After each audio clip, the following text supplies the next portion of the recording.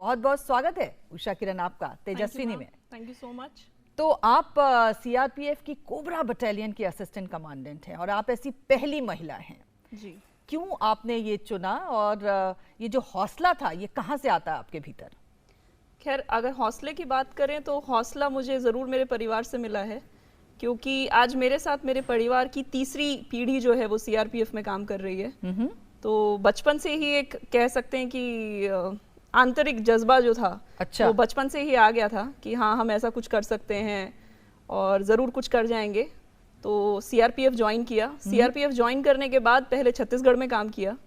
जब छत्तीसगढ़ में काम किया तो हौसला और मजबूत हो गया कि अगर यहाँ कर सकते हैं तो कोबरा में भी कर सकते हैं।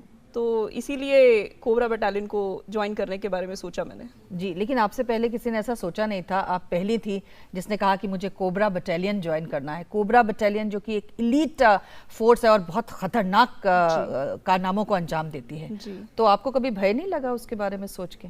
भय नहीं लगा, थोड़े कह सकते हैं कि हेजिटेशन दिमाग में थी कि पता नहीं कर पाऊंगी कि नहीं कर पाऊंगी। और कोबरा बटालियन का जो बेसिकली ऑपरेटिंग प्रोसीजर है उसको जस्टिफाई कर पाऊंगी कि नहीं कर पाऊंगी, कहीं ऐसा तो नहीं होगा कि मेरी वजह से बटालियन कहीं वीक ना पड़ जाए। तो ये सब थोड़ी चीजें थी दिमाग में, पर लगा कि नहीं, कर लूंगी।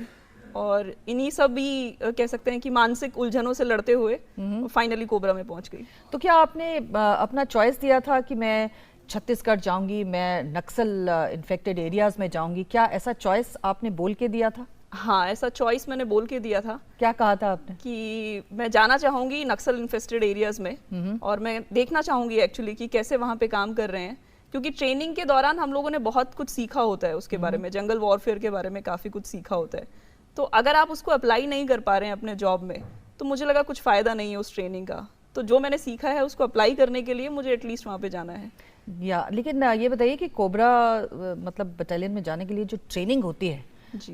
वो भी बड़ी दमदार ट्रेनिंग होती है। जी और हाँ। उससे आप पहली बार गुजरी होंगी क्योंकि आप पहली ऐसी महिला अफसर थी जिसने कहा कि मैं ज्वाइन करूंगी। एक्चुअली वो बहुत कंफ्यूजन का एक कह सकती हूँ मैं दौर था। हाँ। मेरे लिए भी और सीआरपीएफ के लिए भी। अच्छा। क्योंकि मैंने बोल दिया था कि मुझे कोबरा जाना है और बोल दिया था कि ठीक है आप आ जाइए, पर अभी ट्रेनिंग करवाने वाले जो इंस्ट्रक्टर्स थे, उस्ताद थे, वो बड़े कह सकते हैं जद्दोजहद से गूंज रहे थे। तो कि अरे भाई कैसे कराएंगे, लड़की कभी आई नहीं है, जो भी सिलेबस है सब लड़कों के हिसाब से डिजाइन किया हुआ है। अच्छा। क्या कुछ करेंगे इसके साथ में, और ये पता नहीं कैसी होगी, आकर के बोलेगी मुझे ये चाहिए, मुझे वो चाहिए, नहीं ये नहीं होगा मुझसे या वो नहीं होगा मुझसे। तो ये सब क्या कह सकते हैं कि जो शुरुआती जो उनकी उलझने थी, तो उन उलझनों से जूझते हुए किसी तरह कोबरा ट्रेनिंग स्कूल पहुंची मैं। और वहाँ पे जाके जब ट्रेनिंग शुरू की तो एक दो हफ्ते बाद मतलब उस्तादों को और सभी इंस्ट्रक्टर्स को समझ में आ गया था कि नहीं, ये छोड़ के नहीं भागेगी कम से कम। तो इसके लिए हमें ज़्यादा परेशान होने की ज़रूरत नहीं है, और जैसे लड़के ट्रेनिंग कर रहे हैं वैसे ये भी कर जाएगी। लेकिन वैसे जब ट्रेनिंग के दौरान भी लड़कियों के लिए पैरामीटर्स थोड़े से कम रखे जाते हैं लड़कों के मुकाबले, मगर आप ऐसी पहली महिला थी जो वहाँ ट्रेन होने जा रही थी, तो वो पैरामीटर्स लड़कों वाले ही उन्होंने रखे या थोड़े से कम किए थे आपके लिए? नहीं, कम नहीं किए गए एक्चुअली, वो लड़कों वाले ही पैरामीटर्स थे। और यही मेरे लिए एक थोड़ा चिंता का विषय था कि पता नहीं कर पाऊंगी कि नहीं कर पाऊंगी, बिकॉज बहुत ही फिट कोबरा कमांडोज मेरे बगल में दौड़ रहे होते थे। बिल्कुल। तो उनकी बराबरी करते हुए दौड़ना है, पर एक दिमाग में फिर ये भी रहता था कि अगर स्टैंडर्ड्स कम किए गए तो ऑपरेशंस में जब मैं उनके साथ चलूंगी तो कहीं ऐसा ना हो कि मैं वीक पड़ जाऊं उनसे।